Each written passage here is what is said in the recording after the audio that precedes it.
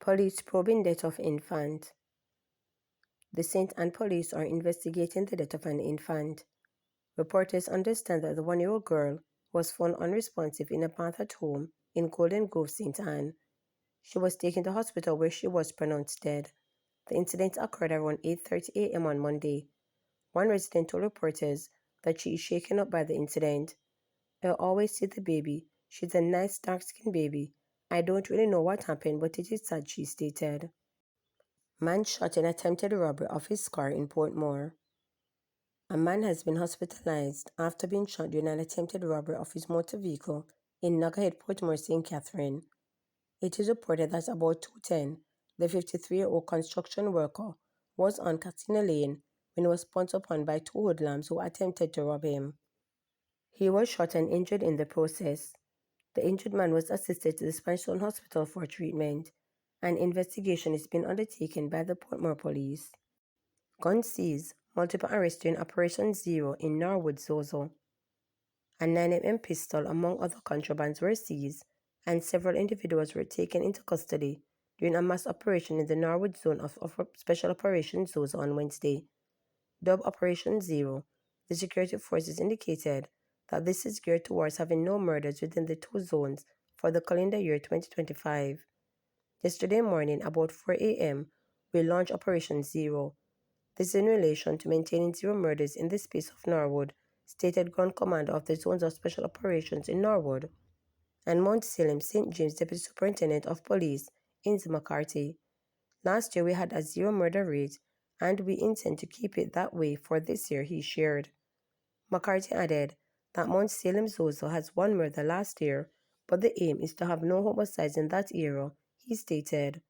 However, on Wednesday, the operation was focused on Norwood Zozo, and DSP McCarthy said that they have reaped success already.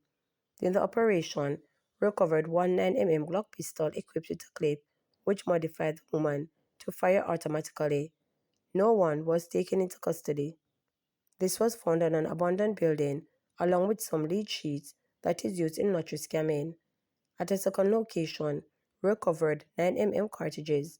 2 persons were taken into custody for that fine, he disclosed. He revealed that the operation was carried out along Wiggle Lane, Bluebell Crescent, and that General Era and several men were taken into custody. These persons will be interviewed, and where charges can be laid, we will lay charges against those persons, DSP McCarthy noted. He explained that those in both areas are achieving their goals, which they want to maintain. For the entire year last year, anybody who knew Norwood before Zone of Special Operations would know that for a given year, you would have between 20 to 30 murders in this space.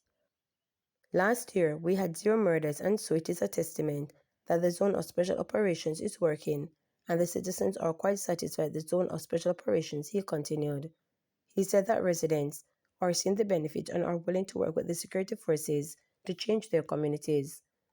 When you talk to persons, they express their joy at having a Zozo here within their economic. That value of some of their houses have gone up because we have persons who have run away before the zone started, who are now coming back to occupy their premises, DSP McCarthy explained.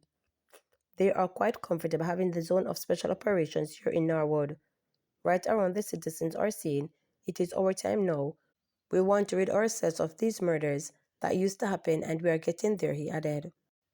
Government allocates additional $1.5 billion to Reach Road Rehabilitation Program. The government has allocated an additional $1.5 billion to the Reach Emergency Road Rehabilitation Program. Works Minister Robert Morgan said this is to complete the work started under the Relief Emergency Assistance and Community Help Reach Program as of yesterday, the first day of the financial year. Morgan said the National Works Agency will spend the funds on road rehabilitation through the quarterly patching program over the next 3 months. He noted that over $8 billion was spent on the roads during the last fiscal year.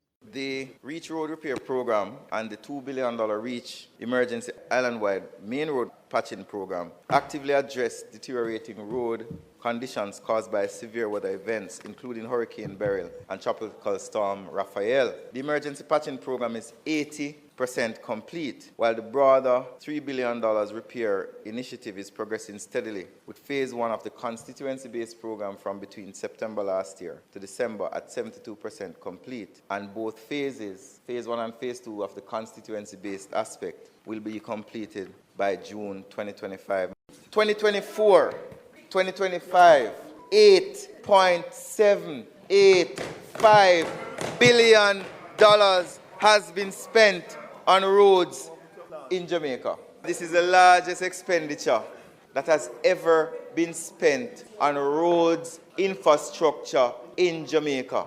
Never before, no other government has invested as much in our road infrastructure. So to continue or to start another year of record expenditure on our infrastructure in Jamaica, we're starting where we started in 2016. We're starting with 1.5. So for this financial year, as part of the quarterly patching program, we're allocating $1.5 billion to road infrastructure for quarterly patching. Remember, there are 4 quarters in a year, So if we're starting with 1.5, you can contemplate the other 3 quarters plus other monies that are slated. We will spend $1.5 million on road rehabilitation through our quarterly patching program over the next 3 months to continue the work we started last year under the REACH programs.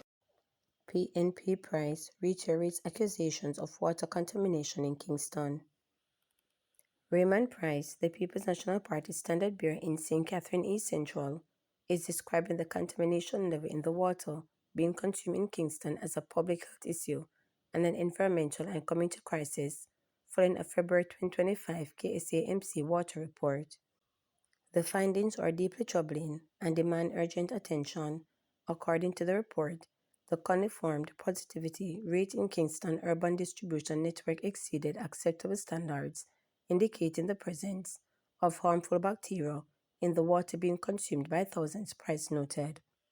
Pesticide, animal waste from livestock operations, and soil erosions were cited as the main contributors to the contamination, which Price described as clear signs of environmental mismanagement.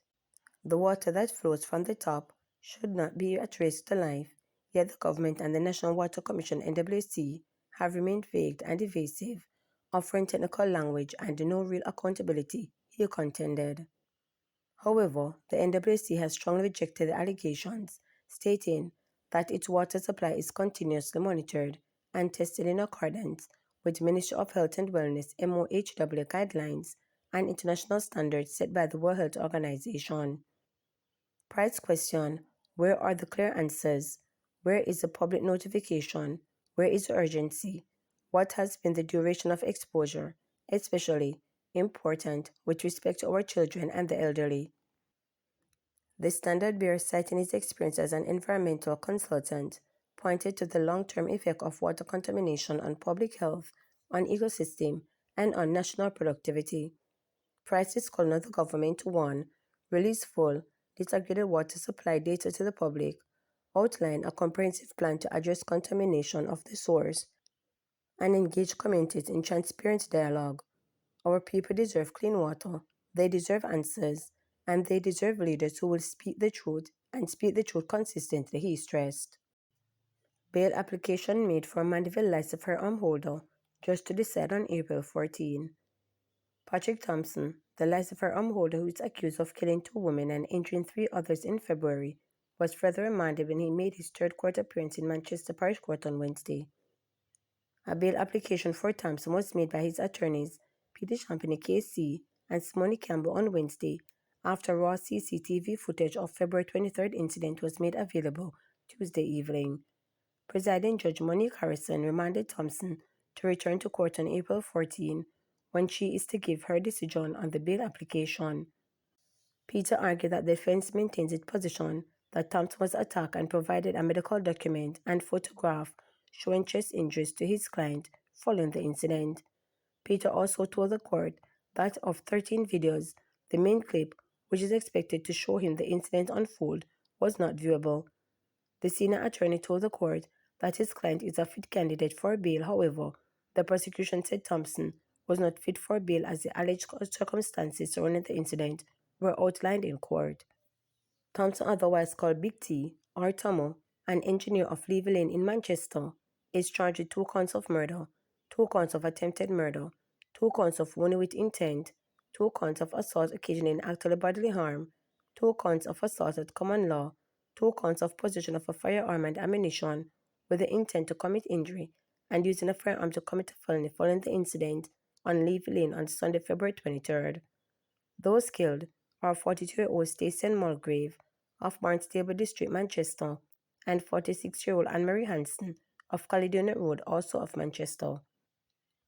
A police report said about midnight, Thompson was at a candle vigil when he and another man got into an argument over a motor vehicle accident.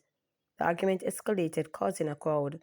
It is alleged that Thompson, is a licensed firearm holder, opened gunfire at the crowd, hitting multiple persons before leaving the area. The injured individuals were assisted to hospital, where Mulgrave and Hanson were pronounced dead, and the others were admitted for treatment. To subscribe, like, share, and click the notification bell for daily updates.